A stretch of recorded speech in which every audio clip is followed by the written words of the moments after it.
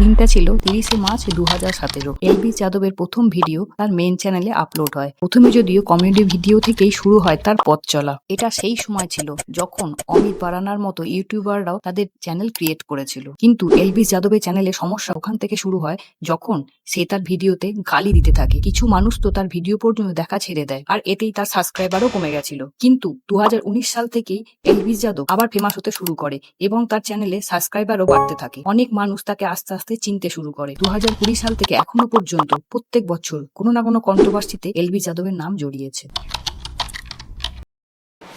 Elvis যাদবের সঙ্গে আমির Siddiqui controversy 2020 সালের বড় কন্ট্রোভার্সিগুলির মধ্যে অন্যতম। এর আসল কারণ ছিল ইউটিউব ভার্সেস টিকটকারদের দ্বন্দ্ব। সেই সময় টিকটকাররা নিজেদের শর্ট কন্টেন্টের জন্যই ফেমাস ছিল, আর ইউটিউবাররা ছিল তাদের লং কন্টেন্টের জন্য। কিন্তু আমির সিদ্দিকী প্রায় তার প্রত্যেকটা ভিডিওতেই ইউটিউবারদের ক্রিটিসাইজ করত এবং মজার সঙ্গে তাদের ছোট করত। এলভিস যাদব ও ক্যারি মিনাটিদের মতন আরো অনেক ইউটিউবাররাও তাদের ভিডিওতে টিকটকারদের রোস্ট করতে থাকে। আর এইসব থেকেই অনেকের মনে এই ভুল ধারণা জন্মায় যে ক্যারি মিনাটিদের জন্যই টিকটক ব্যান হয়ে গেছে। কিন্তু টিকটক ব্যান হয়েছে অন্য কারণে। এটা ছিল একটা চাইনিজ অ্যাপ, আর তখনই ভারত আর চীনের বর্ডারও প্রচন্ড সমস্যা চলছিল। এই সমস্যার জন্যই 59টি অ্যাপ ভারতে ব্যান হয়ে গেছিল, তার মধ্যে টিকটকও ছিল। আর এরপরই আমির সিদ্দিকী ইউটিউবারদের বিরুদ্ধে কন্টেন্ট কপি ও হেট স্প্রেড করার অ্যালিগেশন লাগিয়েছিল। এখান থেকেই এলভিস যাদবের ফ্যান ও আমির সিদ্দিকী ফ্যানেদের মধ্যে প্রচন্ড ঝগড়া শুরু হয়ে গেছিল। এরপর তো টিকটক ইন্ডিয়াতে ব্যান হয়ে যায়। এই কন্ট্রোভার্সির জন্য এলভিস যাদব বেশ জনপ্রিয় হতে শুরু করে।